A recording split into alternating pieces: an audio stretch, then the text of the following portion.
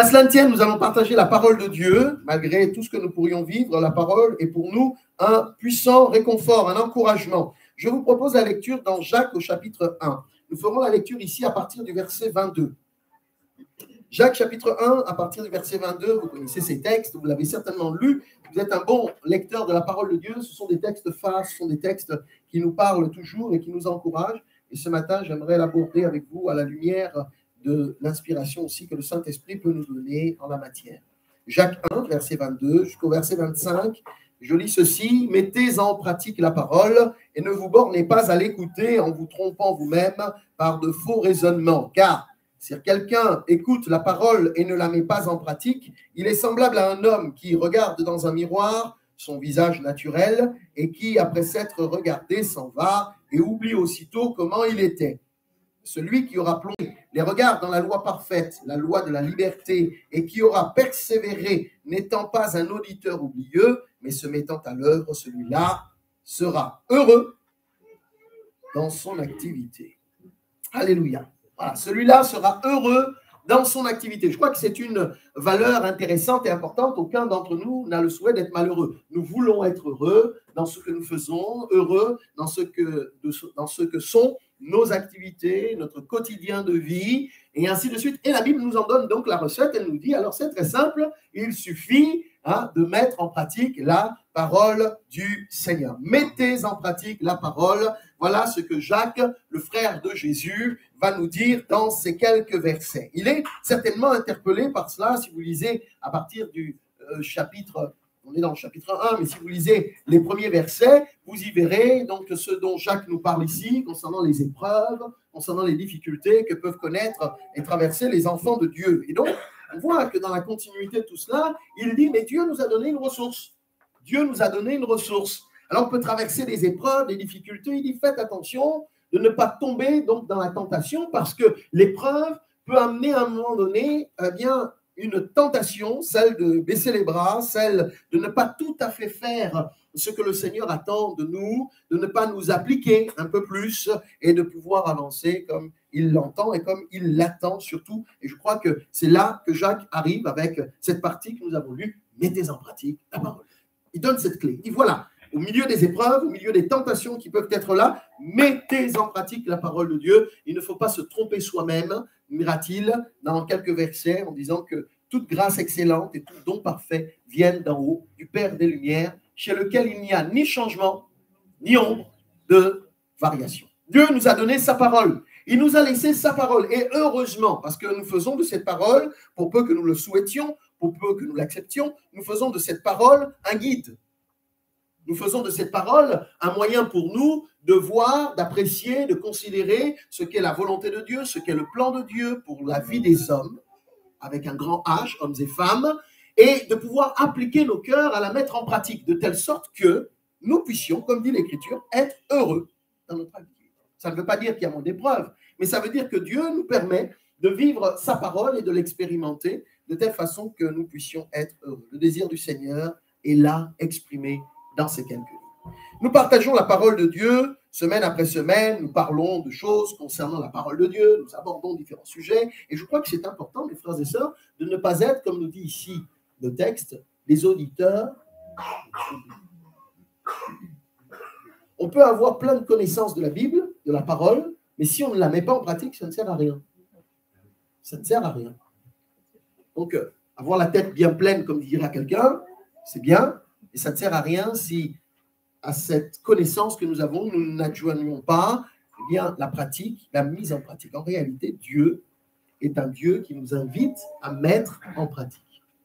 En fait, c'est en mettant en pratique qu'on apprend.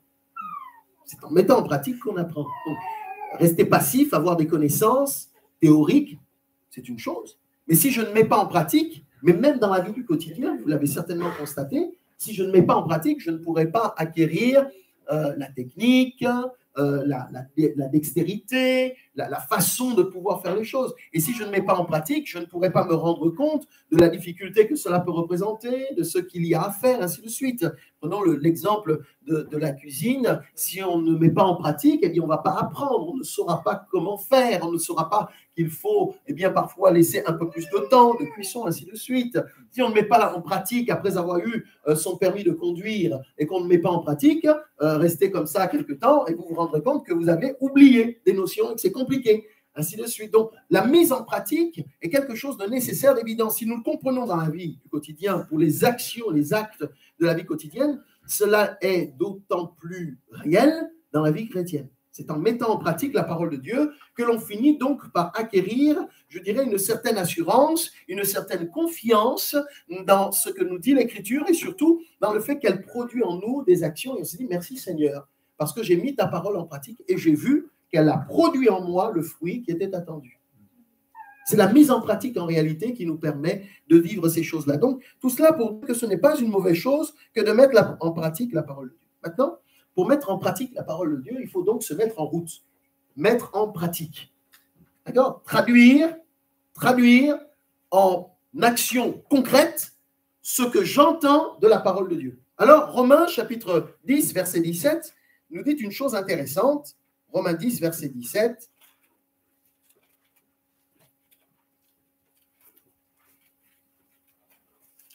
Romains chapitre 10, verset 17. Ainsi, la foi vient de ce qu'on entend, et ce qu'on entend vient de la parole de Christ. La foi vient de ce qu'on entend, elle puise sa source dans ce qu'elle entend. Et la foi doit entendre. Enfin, il y a tout un mécanisme, bien sûr, qui se met en place. Notre foi se nourrit, notre foi se construit sur la base de ce qu'elle entend. Ce que vous entendez, mes frères et sœurs, va fondamentalement travailler à l'intérieur de vous. Ce qui entre en vous par le biais de l'audition, ce que vous entendez, va faire écho à l'intérieur de vous. Et cet écho à l'intérieur de vous va vous permettre donc de nourrir la foi. Or, la foi a besoin de se mettre en pratique et de travailler, comme nous dit ici Jacques, la mise en pratique, l'application de ce qui est écrit dans la parole de Dieu. Alors, la parole de Dieu, c'est 66 livres dans la version française. Précise, dans la version française, nous avons 66 livres. Alors, nous la lisons, bien entendu, mais il s'agit ensuite d'essayer de tendre vers la mise en pratique. Alors, on a vraiment toute la vie pour le faire, parce qu'il y a beaucoup de versets, il y a beaucoup de choses, mais nous n'appliquons pas la parole de Dieu comme une loi qui s'imposerait à nous. Nous l'appliquons avec beaucoup d'amour, de reconnaissance envers Dieu, considérant que ce qu'il nous donne, c'est pour notre salut. La Bible nous dit, croyez que la patience de Dieu est votre salut. Dieu nous donne sa parole pour nous donner comme un guide, nous indiquer de quelle manière nous pouvons donc réfléchir, penser, vivre, parler, agir, nous comporter, afin que nous ayons des repères importants. Et la parole de Dieu est source de vie, elle est source d'encouragement. Ceux qui fondent leur vie sur la parole ont trouvé des chemins tout tracés. Ils découvrent combien Dieu nous donne des clés, nous donne des éléments pour pouvoir avancer. Et ce matin, je voudrais m'attarder sur ces éléments-là qui me paraissent importants. Mais je note dans le texte que nous avons lu que Jacques nous dit « Mettez en pratique la parole et ne vous bornez pas à l'écouter, dit-il, en vous trompant vous-même par de faux raisonnements. » Et là, alors, il nous parle premièrement d'un aspect positif, mettez en pratique, et puis il parle d'un écueil qui est réel, c'est celui de se tromper soi-même par de faux raisonnements. Et je me suis posé cette question un peu plus que d'autres fois en ayant lu ce texte. Qu'est-ce qui fait intervenir les faux raisonnements? Comment se forment-ils les faux raisonnements? Comment arrive-t-il, puisque Jacques nous dit ici, en vous trompant vous-même? En vous trompant vous-même, il dit ici donc qu'il se passe quelque chose à l'intérieur de la personne, vous-même. C'est-à-dire, il parle de quelque chose d'intérieur. Il dit, finalement, en vous trompant vous-même, c'est mener à l'intérieur de soi un examen et une analyse de ce qui est entendu, la foi vient de ce qu'on entend, mais de se tromper dans la conclusion par rapport à ce que j'ai entendu. Je vais m'en expliquer quelques instants. En fait, nous entendons la parole de Dieu ou nous la lisons, parce que j'aime à croire que vous la lisez chez vous à la maison et que ce n'est pas à l'église simplement que vous entendez la parole, vous l'entendez en la lisant chez vous à la maison, en la méditant, vous la lisez, donc vous écoutez la parole, le Saint-Esprit vous parle, nous parle à travers sa parole. Et voyez-vous, la Bible nous montre que la parole, nous la recevons en nous-mêmes. Nous l'entendons. Jésus emploiera l'image des terres, rappelez-vous, des différents terrains sur lesquels la parole est en train de tomber. Le semeur sortit pour semer, et la parole, c'est cette semence qui tombe dans notre cœur. Mais pour différentes raisons, il peut arriver que même si la semence de Dieu est bonne, qu'il se passe quelque chose en nous qui vienne finalement annuler, ou du moins restreindre, diminuer l'impact de la parole de Dieu dans nos vies. Et c'est ces éléments-là qui, moi, m'ont un peu plus interpellé, parce que je crois que la difficulté ne se situe pas dans le fait que Dieu ne nous parle pas. Dieu nous parle. Dieu nous parle. Et si quelqu'un ce matin dit « mais moi, Dieu ne me parle pas », eh bien, venez me voir, nous allons parler ensemble, prier ensemble pour vous, pour comprendre pourquoi Dieu ne vous parlerait pas. Parce que, en toute logique, si vous êtes chrétien, Dieu vous parle. Même aux non-chrétiens, Dieu leur parle. Vous le savez? Même aux non-chrétiens, Dieu leur parle. Hein? La Bible nous dit Dieu parle tantôt d'une manière, tantôt d'une autre. Même une personne qui n'a pas de relation forcément avec Dieu peut être interpellée par certains événements dans sa vie, oh mon Dieu, ou de réaliser des choses pour sa vie. Donc, c'est d'autant plus vrai pour ceux qui sont enfants de Dieu. Nous devrions dire, oui, Dieu me parle. Alors, que se passe-t-il au moment où Dieu nous parle? Que se passe-t-il au moment où le Seigneur s'adresse à nous? Que se passe-t-il au moment où nous discernons la parole de Dieu? Bien sûr, cela passe par notre raisonnement, puisque nous parlons ici des faux raisonnements. Ça veut dire que quand on entend la parole ou quand on lit la parole de Dieu, notre intelligence se met en route.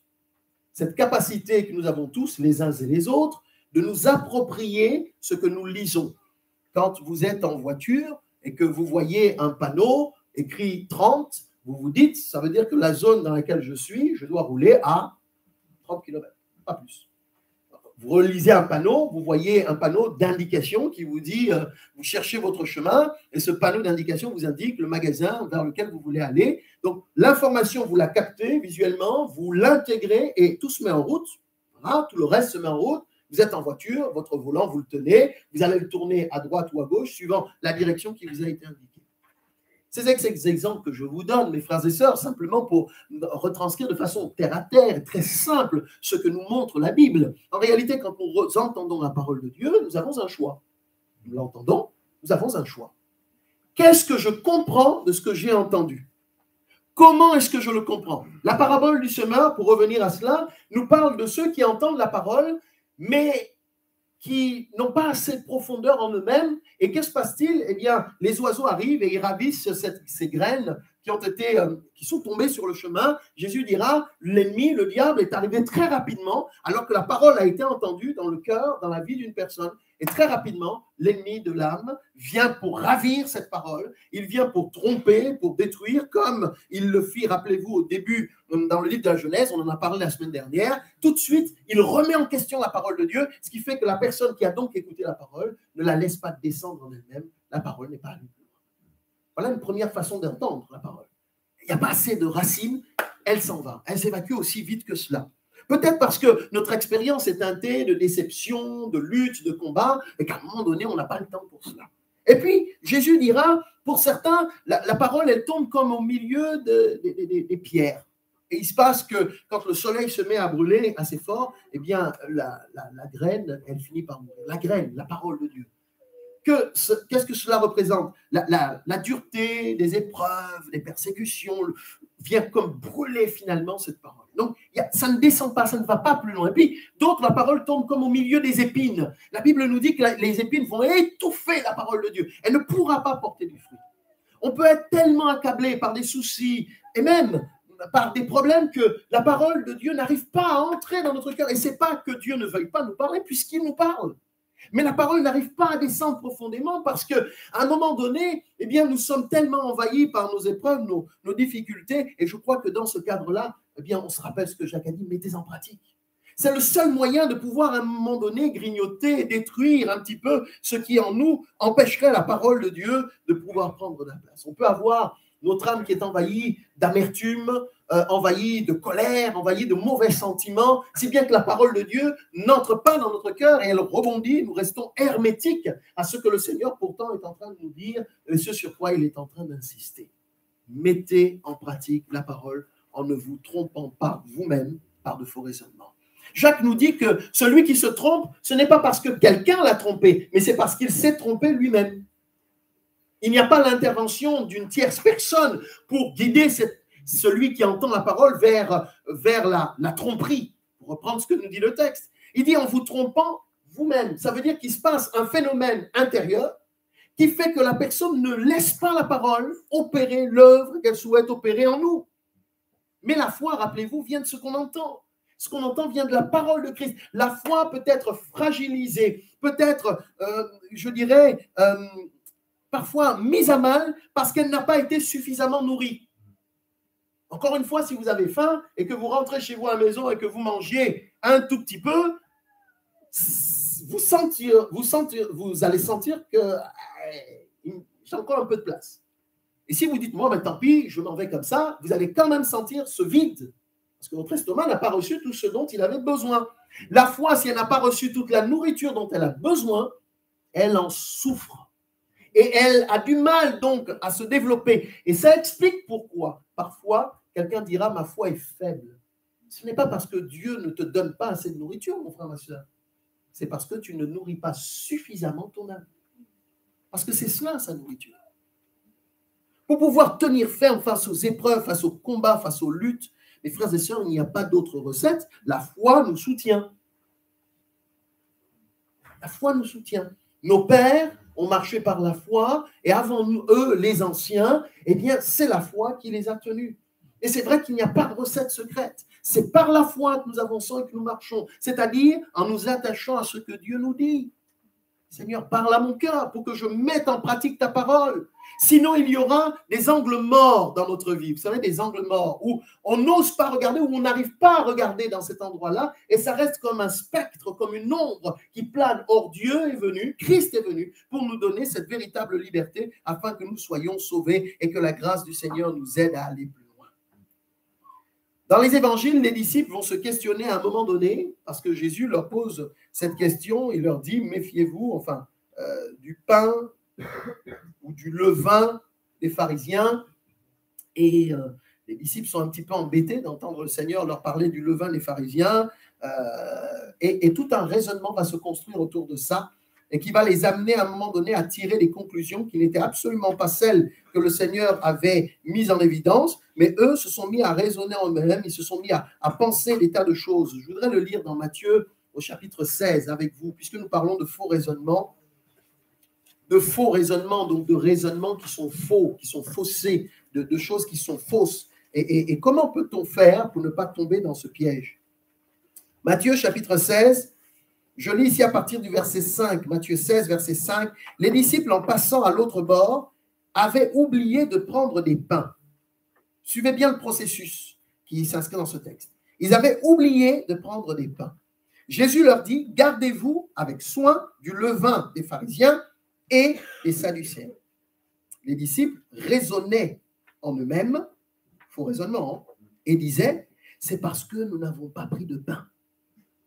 Jésus, l'ayant connu, dit, pourquoi raisonnez-vous en vous-même, gens de peu de foi, sur ce que vous n'avez pas pris des pains? Êtes-vous encore sans intelligence? Et ne vous rappelez-vous plus des 5 pains, des 5000 hommes? Et combien de paniers vous en avez emporté? Ni des 7 pains, des 4000 hommes? Et combien de corbeilles vous avez emporté? Comment ne comprenez-vous pas que ce n'est pas au sujet de pain que je vous ai parlé? Gardez-vous du levain des pharisiens et des sadducéens. Alors, ils comprirent que ce n'était pas du levain du pain qu'il avait dit de se garder, mais de l'enseignement des pharisiens et des sadducéens. Ce texte peut paraître tellement banal, c'est une question de pain. C'est une histoire de pain. Pour nous qui l'avons lu, nous connaissons le récit, et donc on connaît la conclusion. Mais c'est intéressant. Ne vous bornez pas à écouter la parole en vous trompant vous-même par de faux raisonnements. je posais cette question, comment les faux raisonnements se construisent-ils en nous? Comment se forment-ils? À quel moment est-ce qu'ils interviennent? Dans le texte que nous avons lu, les disciples ont entendu le Seigneur leur dit, gardez-vous, méfiez-vous, protégez-vous, veillez à ce que le levain des pharisiens n'envahisse pas votre vie. Et là, les disciples, ils entendent, voilà, nous le lisons, ils entendent ce qu'il a dit. La foi vient de ce qu'on entend. Ils entendent la parole du Seigneur. Le raisonnement qui s'installe, la Bible nous le dit, hein, c'est écrit, les disciples raisonnaient en eux-mêmes. La parole est sortie, ils se mettent à raisonner, ils se mettent à réfléchir. Et ils raisonnent et ils finissent par parler, le raisonnement aboutit, certainement 1, 2, 3, 4, ils discutent, et au bout d'un moment, ils se disent, mince, le Seigneur est en train de nous faire un reproche parce que nous n'avons pas pris des pains. Nous n'avons pas pris des pains. Matthieu commence ce récit en disant, les disciples, en passant à l'autre bord, avaient oublié de prendre des pains. Et là, c'est le pain. Le pain. Il n'y a pas autrement de le dire, c'est du pain. Le pain leur servait certainement de nourriture. Ils traversent, ils devaient traverser, et pour traverser, donc, ils prennent leur barque, et en partant, on ne sait pour quelle raison, peut-être précipitamment, peut-être parce que Philippe était en train de penser à autre chose, peut-être que Pierre était occupé à autre chose, et ils ne vont pas penser à prendre le pain, parce qu'ils vont avoir besoin de se nourrir, et ils sont partis. Ils ont oublié. Matthieu nous dit, on avait oublié, puisqu'il fait partie des disciples. On a oublié le pain, on est parti. Et quand le Seigneur dit, gardez-vous du levain de pharisiens, le raisonnement va s'attacher à ce manque qu'il y avait, c'est-à-dire, il n'y a pas de pain. Je dirais, le raisonnement est venu se greffer sur la négligence, sur l'oubli, et peut-être même, parce que là, ça appuie, la culpabilité. Ils vont commencer à culpabiliser. Et par conséquent, ils ne comprennent pas ce que Jésus est en train de leur dire. Je ne sais pas si vous réalisez, mes frères et sœurs, combien parfois on entend la parole de Dieu, mais ce qui en nous parfois fait écho risque de déformer ce que Dieu nous a dit. Ils ont oublié du pain. Donc quand Jésus parle levain, levain, pain oublié. Mince, Seigneur, on a mal agi. Et il y a comme ça des tas de choses parfois qui se passent dans nos vies, où nous lisons un texte de la Bible, où nous entendons la parole de Dieu. Et ce matin, comme ce matin, mais je ne sais pas comment la parole descend dans votre cœur et quel est l'écho que la parole prend. Parce que ça dépend de votre expérience, ça dépend de votre parcours, ça dépend de vos oublis, de vos culpabilités, ça dépend de votre vie à vous. C'est comme ça que la parole, quand elle arrive dans nos cœurs, eh bien, elle doit faire un travail. La Bible nous dit, elle ne retourne pas à Dieu sans avoir accompli sa volonté, sans avoir exécuté ses desseins. Mais la parole de Dieu vient confronter notre réalité à nous. Et c'est pour ça que Jacques dit, attention, ne l'écoutez pas en vous trompant vous-même. Parce qu'à un moment donné, on peut tomber dans un extrême alors que le Seigneur ne l'a pas dit comme ça. Et le diable est tellement rusé, quand il va voir Ève, le Seigneur a-t-il réellement dit? Et là, il sème le doute. De la même manière qu'il dira à Jésus, tentation du désert, Matthieu 4, saute de la montagne, car il est écrit qu'il enverra ses anges pour te soutenir. Et là encore, on sent qu'il souhaite distiller un mensonge. Alors, la Bible nous dit donc, mettez en pratique. Prenez du temps pour considérer la parole de Dieu, pour considérer ce que le Seigneur vous dit, et de veiller à, passer le tamis. Il y a un tamis, moi je me rappelle ma grand-mère, on avait parfois des difficultés, pas d'eau à la maison, de l'eau propre, et on allait puiser de l'eau au courant. C'était de l'eau qui n'était pas propre, forcément. Donc on revenait à la maison et elle avait une technique pour rendre l'eau pure. Et elle le passait sur un tamis, un tissu. Il y avait un tissu et elle commençait à verser cette eau sur ce tissu. Et au fur et à mesure que l'eau descendait en dessous, alors très lentement, en fait, le tissu filtrait. Et quand on revenait quelques minutes plus tard, il y avait plein de dépôts sur le tissu. Et l'eau qui descendait était un tout petit peu plus pure. Et il fallait refaire cette opération plusieurs fois. Et ensuite, elle le passait à l'eau, au feu, elle chauffait cette eau-là, elle le mettait dans des jarres et on attendait 1-2 jours avant de pouvoir boire cette eau qui était complètement purifiée. Ça n'avait plus rien à voir avec l'eau qu'on avait puisée au torrent. Et je dis ça, mes frères et sœurs, parce que quand la parole de Dieu arrive dans nos cœurs et dans nos vies, il y a un tamis qui doit se mettre en place. Ce n'est pas visible, hein, il y a un tamis qui se fait. Et ce tamis, c'est aussi, il y a 2 places ici. Et ce tamis, c'est aussi à un moment donné de permettre à la parole de Dieu de travailler dans nos cœurs. Et il y a plein de filtres, mes frères et sœurs, que l'on a, notre éducation, notre culture, notre vision de la vie, notre expérience, nos blessures, nos luttes, tout ça, ça entre en ligne de compte quand on entend la parole de Dieu. Si j'entends « Dieu est pour nous un feu dévorant », quelqu'un qui attend de la vengeance dira « Alléluia, Dieu est un feu dévorant, il va consumer quelques-uns ». Vous connaissez Pierre et Jean non, Jacques et Jean, qui à un moment donné voient le Seigneur qui est refusé dans le pays de Samarie. Il dit, Seigneur, c'est très simple, veux-tu que nous invoquions le feu du ciel afin qu'il soit consumé à l'instant même? Le Seigneur leur dit, mais vous ne savez pas de quel esprit vous êtes animés. Et pour eux, ils étaient convaincus, c'est bon, on règle l'affaire une bonne fois, on n'en parle plus.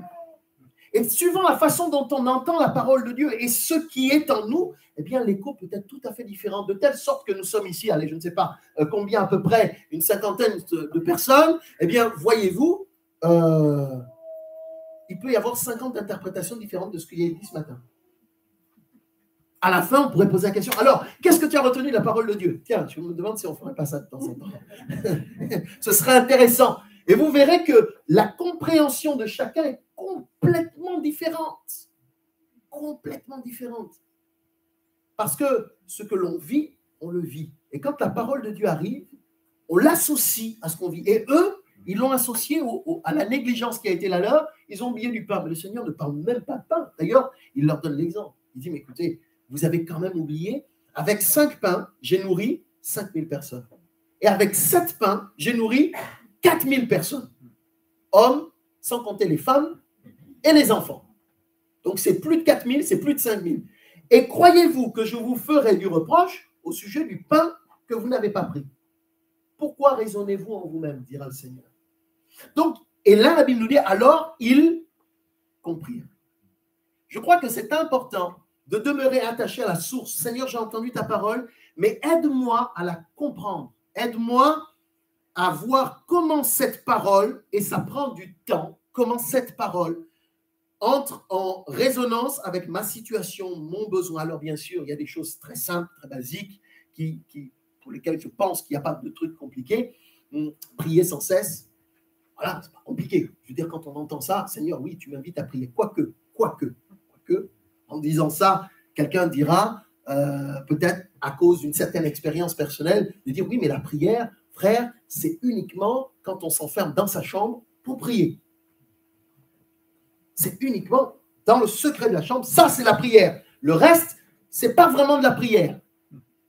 Comme un serviteur de Dieu a dit à un jeune à un moment donné, ah oui, mais la prière, ce n'est pas ça. Tu dois avoir du temps avec Dieu. Et là, si tu n'as pas pris 1 heure, ça veut dire que tu n'as pas assez prié. Donc, tu n'as pas une bonne vie de prière. C'est terrible. Quand la Bible nous dit prier sans cesse, vous imaginez si on devait tous s'enfermer dans nos pièces et prier sans cesse, ben, je crois qu'il faut rester 24 heures là. Hein. Il ne faut pas aller travailler. Ça ne sert à rien. Quand votre patron vous appelle, patron, je suis désolé, je prie. Vous allez recevoir un accusé de réception vous disant, licencié. Va vivre de tes prières. Et c'est vrai que la façon dont on a, alors je prends cet exemple, il est basique, il est simple, mais je vous ai dit, quoique, la façon de prier. Ah, prier, c'est à haute voix. C'est que à haute voix que ça a de la pertinence. C'est très relatif. C'est très relatif. Peut-être parce que c'est comme ça qu'on l'a appris. Donc, on se dit que c'est pour ça que la Bible est importante dans ce qu'elle dit. Et n'hésitons pas à y revenir. N'hésitons pas à y revenir, à relire le texte en étant attentif au témoignage du Saint-Esprit en nous-mêmes. Seigneur, éclaire-moi par rapport à ce que j'ai lu là. Viens préciser cette parole. Viens lui donner un peu plus de contenance, qu'elle soit plus aiguisée, plus pointilleuse, qu'elle vienne mettre en évidence ce que tu veux me voir changer, transformer dans ma vie. Mais ça demande du temps, ça prend du temps. Et c'est bon parce qu'en même temps, ça nous invite, ça nous engage à pouvoir nous appliquer, mettre en pratique la parole de Dieu. C'est considérer ce que nous avons compris et de dire, ben, ça y est, je l'applique, je la mets en pratique. Ça veut dire qu'en la mettant en pratique, les choses changent. Ce que j'étais il y a 2 minutes, ce que j'étais il y a 1 mois, je ne l'ai plus. Parce que j'ai arraché une victoire. Frères et sœurs, j'ai arraché une victoire.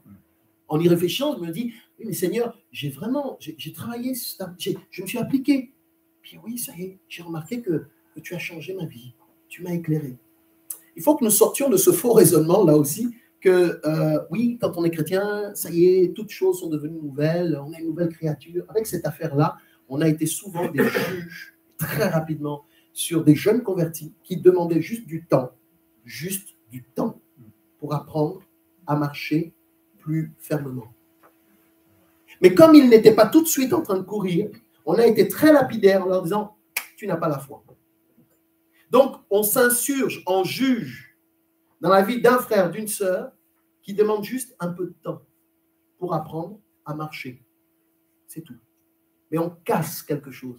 Oui, si quelqu'un est en Christ, ces choses anciennes sont passées. Toutes choses sont devenues nouvelles. C'est fini. Ta vie passée, c'est terminé. T'inquiète pas. Le Seigneur t'a libéré, délivré. Alléluia. Sauf que le problème, c'est que dans la pratique, le frère ou la sœur est encore en train de lutter. Il a encore des combats. Donc, on comprend qu'il y a une culpabilité qui s'installe. Je n'ai pas assez de foi, ou je n'ai pas assez en pratique la parole, et puis je ne suis pas comme le frère un tel, la sœur un tel, qui quand il vient, ou quand elle vient, elle dit, moi, le Seigneur m'a délivré, alléluia, amen. Donc tout de suite, la personne se compare, se dit, donc moi, je ne suis pas à la hauteur, donc il y a un problème chez moi. J'ai un problème. Dieu ne peut pas agir en moi parce que je n'ai pas les bonnes ressources. Alors on va se rapprocher peut-être du frère ou de la sœur en question. Ah, comment tu fais dans ta vie chrétienne? Et celui-là ou celle-là, bien très content de pouvoir donner l'exemple, se met à expliquer par A plus B que ouais, quand on est chrétien, ça doit être comme ça, comme ça, comme ça, comme ça. Le problème, c'est que celui qui est en face en prend pour son grade et il se dit, mais moi, j'y arriverai jamais. Donc il s'installe une spirale sans fin dans laquelle la personne est en train d'essayer de se lever, tomber, essayer de se lever, tomber, essayer de se lever, retomber. Et au bout d'un moment, elle finit par s'installer dans cette forme de foi un petit peu sclérosée. J'appelle ça, moi, un petit peu vous savez, ce qui pousse à un moment donné, qui est comme une substance qui ne devrait pas être là, mais qui se forme, qui déforme ce que l'on est, parce qu'on l'a appris comme ça. Et pour peu que ça ait fonctionné, qu'au bout de 5 ans, 10 ans, bien, on s'est habitué aussi à fonctionner de cette manière-là. Le problème, c'est que quand quelqu'un d'autre se convertit, arrive dans l'église, et que celui-là même qui a construit sa vie de cette manière-là, il devient son modèle et il lui transmet la même culpabilité, les mêmes exigences, en lui disant ainsi de suite. Et c'est ce que Jésus explique. Il dit, vous courrez la terre entière pour faire des prosélytes qui deviennent 2 fois pires que vous. Parce que le problème, c'est qu'on va mettre un joug sur quelqu'un parce qu'on n'a pas bien compris ce qui doit s'appliquer pour nous-mêmes. Nous n'avons de seule mesure que celle que la parole de Dieu nous donne et la mettre en pratique. Ça nous demande de travailler. Ça nous demande de prendre le temps d'examiner, de regarder et de mettre en œuvre ce qui va correspondre à l'honneur et à la gloire de Dieu. Mais c'est bon pour nous parce qu'il est en train de nous guérir, il est en train de nous restaurer, il est en train d'œuvrer en nous. Ce serait dommage qu'au bout de quelques années de vie chrétienne, nous puissions nous dire, mais mince Seigneur, j'ai vraiment pas encore compris cet aspect-là. Attendez, comprenez-moi bien, on n'a pas tout compris de la parole de Dieu, on continue d'apprendre. Mais Jacques ici va vraiment insister sur le faux raisonnement, la façon dont ce qui est faussé peut s'installer en nous. Et le problème, c'est que ça nourrit tellement de souffrance. Le Seigneur Jésus est venu pour nous accorder la possibilité d'aller plus loin et mettre en pratique la parole de Dieu. Presque, il faudrait reprendre base par base, point par point. Dans les mécanismes de dynamique d'église, ou je dirais de réimplantation ou d'implantation d'église, c'est très facile du moins de le considérer. Parce que quand on implante une église à un endroit, on va prêcher l'évangile, des gens se convertissent. Donc quand ils arrivent, c'est comme une pâte toute nouvelle. Donc ce qu'on va leur communiquer, ça va être les premiers rudiments de la parole de Dieu qui vont les aider vraiment à se construire. Et donc on peut commencer avec une base saine et les aider donc à se construire ainsi de suite. Et ça c'est bien. Parce que ça fait donc une église dynamique, une église qui a les bonnes bases, qui a bien appris et qui est équilibrée.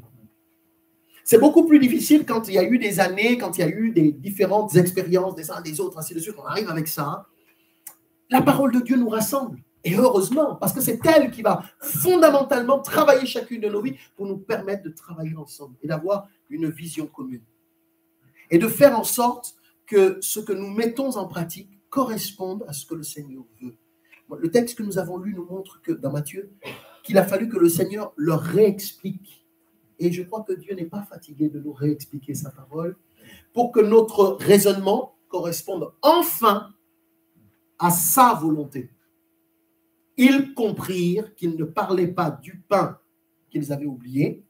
Donc, c'est fini, cette culpabilité, on l'efface. Ils comprirent qu'ils parlaient de l'enseignement des pharisiens et des sadducéens. Ils ont compris. Donc à partir de là, ils ont dit, maintenant on va se protéger. Mais mettons qu'un des disciples n'avait pas compris ça et qu'il soit resté sur, il manque du pain, vous n'avez pas pris du pain. Et qu'il soit parti avec ça, il aurait dit, le Seigneur, il a été quand même dur. Hein. Pour du pain, il nous a repris quoi. Voilà. Il a faim, le Seigneur, à ce point-là. Et il part avec ça. Et dans sa tête, ça reste le pain. En fait, il va côtoyer les pharisiens, les sadducéens, sans se rendre compte qu'en fait, le Seigneur lui parlait de l'enseignement des pharisiens et des sadducéens. C'est le problème que le Seigneur aura, et je termine, c'est le problème que le Seigneur aura dans Jean 6, quand à un moment donné, il dit « Mangez mon corps, buvez mon sang. » Mangez mon corps, buvez mon sang. Ceux qui l'entendent se disent « Qu'est-ce qu'il va faire? Il va couper un bout de sa chair, et puis il va la disposer sur un grill, barbecue, et puis on va manger. Et puis son sang, comment il va faire? Et c'est compliqué. Les anciens qui l'entendent se bouchent les oreilles. Ah, c'est affreux, qu'est-ce qu'il raconte et tout. Quelques disciples ne comprennent pas ce qu'il a dit là. Et la Bible nous dit, dès ce moment, plusieurs de ses disciples se séparèrent de lui. C'est-à-dire que plusieurs disciples ont quitté Jésus. C'est Jésus. Je veux dire, l'enseignement de Jésus, c'est le top. Il n'y a aucun prédicateur sur cette terre qui pourra égaler Jésus en termes d'enseignement. Mais même Jésus a perdu des âmes. Même le Seigneur Jésus a perdu des âmes. Et la garde rapprochée quand même. Ce sont des disciples. Ce n'était pas juste la foule. Des disciples. Il n'y avait pas que les 12, hein. Il y en avait d'autres. Les 70, ainsi de suite. Dès ce moment, quelques-uns le laissèrent. Et plus loin, Jean 6, 66, 63, jusqu'à 66, le Seigneur dit, « Les paroles que je vous ai dites sont esprit et vie. » Donc, il n'est pas en train de leur dire, littéralement, mangez-moi et buvez mon sang. Ce n'est pas ça qu'il est en train de dire. Ce n'est pas des cannibales ni des vampires. Il est en train de leur dire, les paroles que je vous dis sont esprit et vie. Comprenez-les avec le discernement de l'esprit. C'est les paroles imagées. Mon corps, c'est la parole de Dieu. Mon sang, c'est ma vie. Voilà ce que vous devez manger. Vous devez manger la parole de Dieu, la recevoir, la mettre en pratique et la vivre ma vie. C'est ce que le Seigneur est en train de leur dire. Mais eux, ce qu'ils ont entendu, ils l'ont entendu avec leur intelligence et ils ont conclu que le Seigneur leur demandait une chose qui était impossible, et ça serait impossible pour chacun d'entre nous, ainsi de suite, mais ils sont partis, se sont séparés du Seigneur avec cette idée préconçue, ce préjugé, ce mensonge, ce faux raisonnement que le Seigneur, en fait, là, il est en train de nous demander un truc, c'est impossible, parce que même si j'aime Jésus, je ne peux pas manger sa chair, ni boire son sang. Ben, on peut le comprendre, mais ils n'ont pas compris ce que le Seigneur leur disait. Mettez en pratique la parole de Dieu. Ne vous bornez pas à l'écouter. La Bible nous dit en vous trompant vous-même par des faux raisonnements. Ça veut dire que quand j'écoute la parole de Dieu, j'ai besoin de faire un examen intérieur de ce que j'ai entendu. Je fais un examen intérieur de ce que j'ai entendu et je pèse cette réalité en disant en quoi ce que j'ai entendu fait écho à ma vie. Qu'est-ce que la Bible me dit là qui me parle pour moi, pour mon expérience, pour mes paroles, peut-être mon parcours, mon histoire, ainsi de suite, mes actions. Qu'est-ce que ça dit à mon sujet et comment donc je peux mettre en pratique? Il y a cet examen intérieur qui se fait en nous. Et là, on commence donc à entrer sur le terrain de la mise en pratique. Ah, j'identifie que là, c'est une bonne chose. Le Seigneur me dit, c'est un bon repère. Donc, je vais affermir ce repère-là dans la vie chrétienne. Je vais encore plus le mettre en pratique. Et puis là, le Seigneur me montre que ce repère-là n'est pas tout à fait bon. Alors, qu'est-ce que je fais? Eh bien, je redresse mes manches et je me mets à travailler sur ces aspects-là pour pouvoir devenir meilleur. Mais dans ce domaine-là, prends ton temps, mon frère, ma soeur. Ne te mets pas un jalon en disant, mais l'autre, il a couru le 100 mètres très rapidement. Ça y est, moi aussi, il faut que je fasse 100 mètres. Chacun marche selon la vitesse qui est la sienne, selon la façon dont il comprend les choses, selon la façon où il est. Si j'écoute ma femme, elle me parlera de temporalité. Ça veut dire que le temps des uns n'est pas le temps des autres. Le plus important, c'est d'être en chemin, c'est de commencer à avancer, mais de ne pas s'arrêter, se dire je vais avancer. Et si c'est un demi-pas que tu fais, allez, un demi-pas. Si vous saviez le nombre de demi-pas que j'ai fait et que je fais dans ma vie, mais j'aime ces demi-pas-là. Parce qu'ils ont été réfléchis, ils ont été pensés. Et quand j'ai commencé à faire ce demi-pas, je me dis, Seigneur, je suis déjà en chemin. Ne nous bornons pas à l'écouter de la parole comme simplement des auditeurs oublieux. La Bible nous dit que la parole de Dieu est un miroir. Elle reflète l'état de nos cœurs et de nos âmes. Et je crois que si l'Église est dans ce travail-là, si chacun travaille à son niveau, dans sa vie chrétienne, sur ces aspects-là, waouh, ça fait une église qui est en train de travailler, une église qui est en train de se sanctifier, une église qui grandit. Ça fait une église qui ne se repose jamais sur ses acquis et qui se dit, il y a encore mieux à faire avec le Seigneur, pour le Seigneur. Et ça fait une église où il y a des hommes et des femmes et qui regardent leur vie à eux en disant, mais moi, Seigneur, voilà où j'en suis. Et je fais ce que j'ai à faire. Donc, on quitte tous les problèmes de comparaison, de jugement et autres. On avance, et je parle d'église avec un grand E, hein, je ne cible pas notre église ici, mais globalement, ça fait une église qui travaille à l'œuvre. Et ça, c'est du reste, pour moi, la meilleure des choses. Que le Seigneur nous bénisse et que les solutions du Seigneur soient appliquées dans nos vies, frères et sœurs. Mon rôle, celui de mon épouse avec moi, c'est de rappeler ces choses-là à l'église, de dire, voilà, mais le Seigneur a mis en place des solutions pour toi. Et quand quelqu'un n'y arrive pas tout seul, eh bien, oui, ça peut arriver aussi. Eh bien, à ce moment-là, nous essayons, avec Kelly, de donner des repères pour dire, écoute, regarde peut-être un peu mieux cet aspect-là. Et parfois, quand c'est quelqu'un qui nous le dit, on finit par se rendre compte. Mais sans jugement aucun. Au contraire, c'est pour dire que nous en sommes tous là. Hein. Nous avons besoin d'avancer avec le Seigneur. Je me rappelle la première pastorale où j'ai assisté. Moi, jeune pasteur, j'arrivais au milieu des assemblées de Dieu. J'avais une expérience pastorale derrière, mais j'arrivais, je recommençais à zéro. Et j'étais là, au milieu des pasteurs. La première fois que je les entends chanter, on était dans un temps de culte. Waouh! Je ne vous dis pas ce que je ressens, la présence du Saint-Esprit qui envahit ce lieu. Et moi, je me sens tout petit. Je me dis, peut-être un petit gars au milieu de ces hommes de Dieu. À la fin, je vais parler avec un des frères qui était là. Je lui exprime vraiment combien je suis reconnaissant au Seigneur de cela. Et je lui dis, frère, je suis là vraiment et je veux continuer, je veux apprendre. Et grande est ma surprise quand ce frère, qui n'a que des cheveux blancs sur la tête, il n'y a pas un cheveu noir, il a des cheveux blancs, que des cheveux blancs, me dit, mais mon frère, tu sais, nous en sommes tous là. Rassure-toi, nous aussi, nous sommes en train de continuer d'apprendre. C'est le pasteur Rafinesque, pour ceux qui le connaissent, qui me tient ces paroles-là. Combien ça a été encourageant pour moi, jeune pasteur, d'entendre un pasteur ancien avec des cheveux blancs me dire, tu sais, on en est là nous aussi. Et il a ramené les choses au bon niveau. Et je me suis dit, bon, merci Seigneur. Alléluia. Seigneur, merci pour ta grâce dans nos vies. Merci parce que tu nous as donné la parole, la Bible, afin que nous la méditions et que nous la mettions en pratique. Tu sais, Seigneur Dieu, ce dont nous avons besoin, mais je veux te prier particulièrement pour tous les faux raisonnements, les fausses idées qui parfois peuvent s'installer en nous, Seigneur. Il n'y a que ton Saint-Esprit qui puisse faire une opération spirituelle pour pouvoir, Seigneur, agir de la façon la plus précise, avec minutie, sur ces aspects-là. Et je veux te prier, Seigneur, afin que l'autorité qui est la tienne puisse être pleinement manifestée dans le cœur et dans la vie des croyants. Tu as dit que le Saint-Esprit nous conduirait dans toute la vérité. Alors Seigneur, merci. Merci pour l'œuvre du Saint-Esprit en nous, qui nous conduit dans toute la vérité.